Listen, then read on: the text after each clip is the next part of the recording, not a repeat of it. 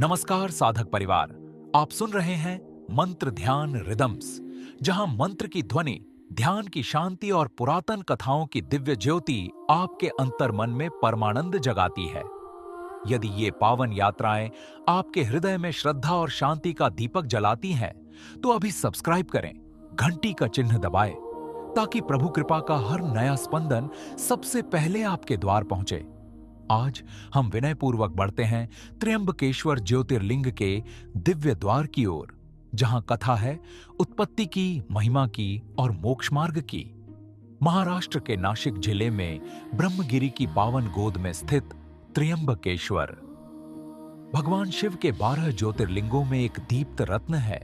काले शिलाखंडों से बना भव्य मंदिर मानो साधना में लीन कोई पर्वत ऋषि, जिसके शिखरों पर स्थिरता, मर्यादा और पवित्रता की अनहद ध्वनियां गूंजती हैं।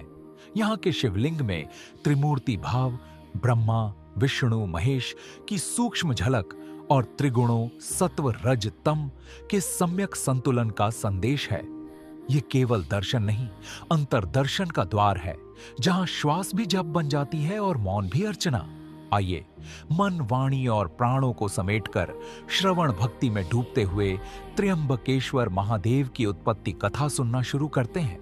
कथा आरंभ होती है ब्रह्मगिरी से, जहां तपोनिष्ठ गौतम ऋषि और उनकी समर्पित पत्नी देवी अहिल्या का आश्रम धर्म, सेवा और करुणा का सजीव केंद्र था। आश्रम का अन्न क्षेत्र मानो अक्षय, आते जाते हर अतिथि, साधु और जीव के लिए अन्न जल कभी कम नहीं पड़ता था। एक समय क्षेत्र में अकाल सा आया, तब गौतम ऋषि ने व्रत, यज्ञ और जप से वरुण देव को प्रसन्न किया। मेघ बरसे, भूमि तर हुई और भूखे प्यासों के लिए आश्रम फिर अन्नपूर्ण बन गया। पर जहां प्रकाश होता है, वहां कहीं ना कहीं ईर्ष्या की छाया भी होती है। कुछ ऋषियों के मन में द्वेष जागा। कथा कहती है, उन्होंने कपट रचा और एक अशक्त गौ माता को गौतम ऋषि के धान्य क्षेत्र में छोड़ दिया। उसी क्षण परिश्रमरत गौतम ऋषि ने दया से गौ माता को हटाने को लकड़ी के डंठल से हल्का सा इशारा किया। दैव योग से गौ माता गिर पड़ी और निश्चेष्ट सी हो गई। गौतम ऋषि अहिंसा परमो धर्म के पालन करता थे। ये देखकर वे शोक सागर में डूब गए। अपने को गोहत्या दोष से ग्रस्त समझकर उन्होंने विनय पूर्वक कहा, यदि मुझसे अपराध हुआ है तो मैं प्रायश्चित्त करूंगा। अपने शुद्धिकरण की खोज में गौतम ऋषि ने अत्यंत कठोर तपस्या की, मौन व्रत रखा, जपमाला फेरते रहे, ब्रह्मगिरी की प्रदक्षिणा की और दीर्घ समय तक ध्यान साधना में लीन रहे। तब देवाधिदेव महादेव साक्षात प्रकट हुए और बोले, ऋषिवर, वर मांगो। गौतम ऋषि ने विनम्र निवेदन किया, हे प्रभु, पवित्र गंगा धरती पर अवतीर्ण हो, ताकि मेरे ऊपर लगा यह कथित गोवध दोष धुल जाए और जिस भूमि पर यह कलुष पड़ा है वह भी पवित्र हो उठे, यहाँ के लोगों के हृदय भी शुद्ध हों। भगवान शिव ने उनकी प्रार्थना सहर्ष स्वीकार की। करुणा निधान शिव ने कहा, ऋषिवर, तुम्हारी भक्ति निर्मल है, तुम्हारा हृदय निर्दोष है। मैं अपनी जटाजूट से पवित्र गंगा को मुक्त कर इस भूलोक पर प्रवाहित होने की आज्ञा देता हूं। शिव के संकल्प से गंगा ब्रह्मगिरी पर अवतीर्ण हुई और यहां गोदावरी स्वरूप में प्रवाहित हुई, जिनका उद्गम कुशावर्त कुंड माना जाता है, जहां कुश और व्रत शुचिता का पावन चिन्ह आज भी स्मरण कराया जाता है। कथा परंपरा में आता है कि अवतरण के साथ ही जलधाराएं अनेक दिशाओं को प्रवाहित होने लगी। गौतम ऋषि ने विनय पूर्वक निवेदन किया, मां, मेरे प्रायश्चित्त की सिद्धि हेतु कृपया यहां स्थिर हों। उन्होंने कुश से पवित्र मंडल रचा, शिलाओं से प्रवाह को रोका और कुंड का निर्माण हुआ। यही कुशावर्त है, जहां स्नान को पाप क्षालन और आरोग्य दीर्घायु का मंगल फल माना गया। गोदावरी में स्नान कर गौतम ऋषि का प्रायश्चित्त पूर्ण हुआ। हृदय में ग्लानि की जगह कृतज्ञता उमड़ी। वे करबद्ध होकर प्रार्थना करते हुए बोले, प्रभु, यहां सदा सर्वदा अपना ज्योतिर्लिंग प्रकट कीजिए, ताकि जन जन का उद्धार हो, दुख गले, भय मिटे और धर्म दीप सदैव प्रज्वलित रहे। त्रिनेत्रधारी शंकर प्रसन्न हुए और यहीं त्र्यंबकेश्वर ज्योतिर्लिंग का अलौकिक प्राकट्य हुआ। उसी क्षण से यह धाम पाप क्षालन, आरोग्य, दीर्घायु और मोक्ष का अखंड तीर्थ बन गया। यह प्रसंग सिखाता है सच्ची शुचिता बाह्य आडंबर से नहीं, भीतरी विनय से उपजती है। जब हृदय नम्र होता है तो ईश्वर कृपा निर्विघ्न उतरती है और विघ्नों की घाटियों में भी मोक्ष मार्ग उजियारा हो उठता है। त्र्यंबक का सार जीवन को ज्ञान, विवेक, करुणा इन 3 नेत्रों से देखो, तब मिटेगा, सत्व खिलेगा और भीतर शिव प्रकाश फूलेगा। चलिए अब त्र्यंबकेश्वर मंदिर की विशेषताओं, इसकी वास्तुकला, प्रचलित अनुष्ठानों, प्रमुख पर्वों और इसकी विशिष्टता पर थोड़ा विस्तार से विचार करते हैं। यह केवल एक तीर्थ नहीं, बल्कि साधना, प्रायश्चित्त और आत्मचिंतन का एक जीवंत केंद्र माना जाता है। एक ऐसा स्थान जहां दर्शन के साथ साथ अनुभव भी उतना ही महत्वपूर्ण हो जाता है और जहां बाहरी यात्रा धीरे धीरे भीतर की यात्रा में परिवर्तित होने लगती है। वास्तु और मूर्ति रूप। जब आप गर्भगृह में पहुंचते हैं तो शिवलिंग का स्वरूप कुछ भिन्न और अत्यंत विलक्षण प्रतीत होता है। महादेव यहां अद्वितीय दिव्य रूप में विराजमान हैं, जहां एक ही गर्भगृह में ब्रह्मा, विष्णु और महेश तीनों की संयुक्त त्रिमूर्ति शक्ति का वास माना जाता है। अन्य ज्योतिर्लिंगों के विपरीत यहां का विग्रह एक उभरे हुए लिंग के रूप में नहीं, बल्कि एक पवित्र गर्त के भीतर स्थित 3 छोटे स्वयंभू लिंगों के रूप में है, जो सृष्टि के सृजन, पालन और संहार के संतुलन का प्रतीक माने जाते हैं। परंपरा है कि विशेष अवसरों और सोमवार के दिन जब यह विग्रह रत्न जड़ित स्वर्ण मुकुट से अलंकृत होता है, तब उसकी आभा और भी दिव्य प्रतीत होती है और श्रद्धालुओं के मन में गहरी भक्ति, विनम्रता और शांति का भाव स्वतः जागृत हो जाता है। कुशावर्त कुंड। मंदिर परिसर से थोड़ा आगे बढ़ने पर कुशावर्त कुंड आता है, जिसे गोदावरी नदी का उद्गम स्थल माना जाता है। परंपरा के अनुसार यहां किया गया स्नान पाप क्षालन और आरोग्य के लिए शुभ माना गया है, किंतु इस स्थान का अनुभव केवल बाहरी स्नान तक सीमित नहीं रहता। यहाँ का शांत वातावरण, मंत्रों की गूंज और श्रद्धा का भाव मन को भी एक गहरी निर्मलता का स्पर्श कराता है। ऐसा प्रतीत होता है मानो जल केवल शरीर को नहीं, बल्कि विचारों को भी शुद्ध कर रहा हो। कई श्रद्धालु यहाँ कुछ विशिष्ट पूजा विधियां भी कराते हैं, जो परंपरा में विशेष फलदायी मानी गई हैं। रुद्राभिषेक। वैदिक मंत्रों की पवित्र ध्वनि के मध्य भगवान शिव का अभिषेक जल, दूध, दही, घृत, मधु तथा बिल्वपत्र आदि से विधिपूर्वक किया जाता है। यह अनुष्ठान केवल एक पूजा नहीं, बल्कि मन, वचन और कर्म की शुद्धि का एक माध्यम माना गया है। परंपरा के अनुसार रुद्राभिषेक से जीवन की बाधाओं की शांति, मानसिक स्थिरता और दीर्घायु की कामना की जाती है और वातावरण में एक गहन आध्यात्मिक शांति का अनुभव होता है। महामृत्युंजय जप। भगवान त्र्यंबक के महामृत्युंजय मंत्र का जाप आयु, आरोग्य और निर्भयता के लिए अत्यंत शुभ माना गया है। इस मंत्र के संकल्प पूर्वक जप से साधक के भीतर धैर्य, संतुलन और संकटों का सामना करने की शक्ति विकसित होती है। परंपरा में इसे मानसिक दृढ़ता और ईश्वरीय संरक्षण की प्रार्थना के रूप में भी देखा जाता है। नारायण नागबलि। यह एक विशिष्ट वैदिक विधि है जो शास्त्रों में वर्णित अनिष्ट कर्मों के प्रभाव, अकस्मात या अप्राकृतिक मृत्यु से जुड़े दोषों तथा पितृदोष की शांति के लिए की जाती है।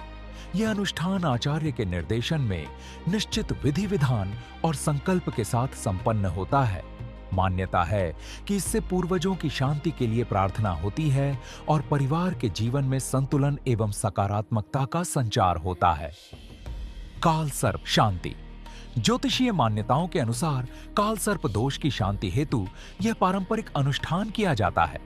विधिपूर्वक पूजन, मंत्र जप और आहुति के माध्यम से ग्रह जनित बाधाओं के प्रभाव को शांत करने तथा जीवन में स्थिरता और मानसिक संतुलन की कामना की जाती है। श्रद्धा और संकल्प के साथ किया गया यह अनुष्ठान साधक को आत्मिक बल और आश्वासन प्रदान करता है।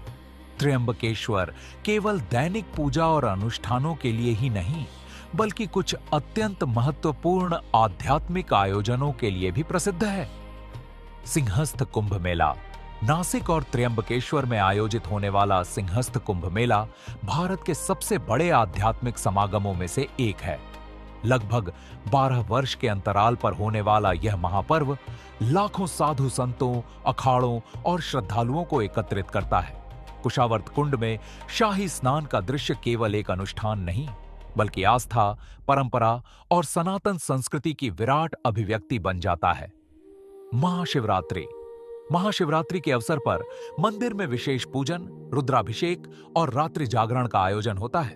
पूरी रात मंत्रोच्चार, भजन और आरती के बीच भक्तों का प्रवाह बना रहता है और वातावरण में एक अद्भुत आध्यात्मिक ऊर्जा का अनुभव होता है। श्रावण मास, श्रावण का महीना भगवान शिव की उपासना के लिए अत्यंत पवित्र माना जाता है। इस पूरे मास में प्रतिदिन विशेष अभिषेक, पूजा और दर्शन के लिए श्रद्धालुओं की बड़ी संख्या मंदिर पहुंचती है। सोमवार के दिन विशेष भीड़ और उत्साह देखा जाता है और पूरा क्षेत्र भक्ति भाव से सराबोर हो जाता है। अब प्रश्न यह उठता है कि इन साधनाओं के आध्यात्मिक लाभ क्या माने गए हैं और साधक को इससे भीतर क्या प्राप्त होता है।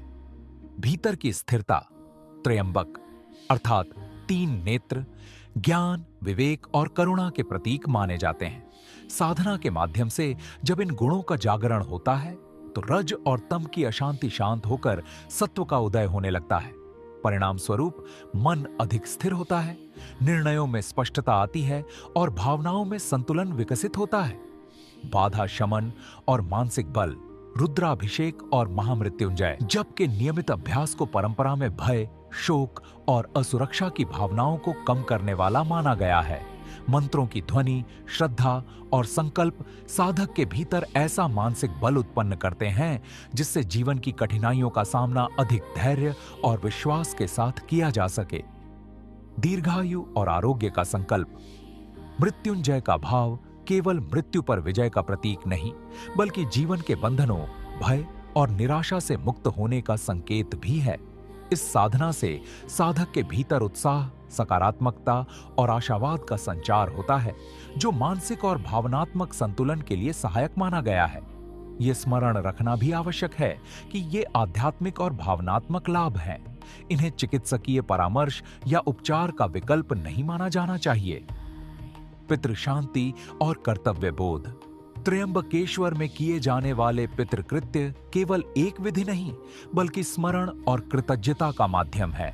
साधक जब अपने पूर्वजों का स्मरण करता है तो उसके भीतर उत्तरदायित्व और परंपरा के प्रति सम्मान का भाव जागृत होता है और यही भाव संसार धर्म की आधारशिला माना गया है।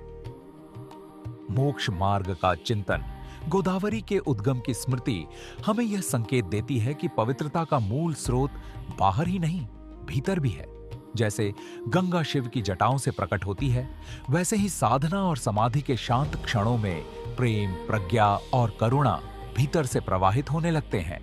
यही चिंतन साधक को यह स्मरण कराता है कि साधना का वास्तविक पथ अंततः भीतर की यात्रा है। त्र्यंबकेश्वर हमें यह सिखाता है कि प्रायश्चित्त और साधना का मार्ग कठिन अवश्य हो सकता है, परंतु वह दूर नहीं होता। सच्चे हृदय से उठाया गया एक छोटा सा कदम भी ईश्वरीय अनुग्रह को आमंत्रित कर सकता है। 3 नेत्रों का संतुलन जीवन का गूढ़ रहस्य है। ज्ञान से दिशा मिलती है, विवेक से मर्यादा और करुणा से पूर्णता।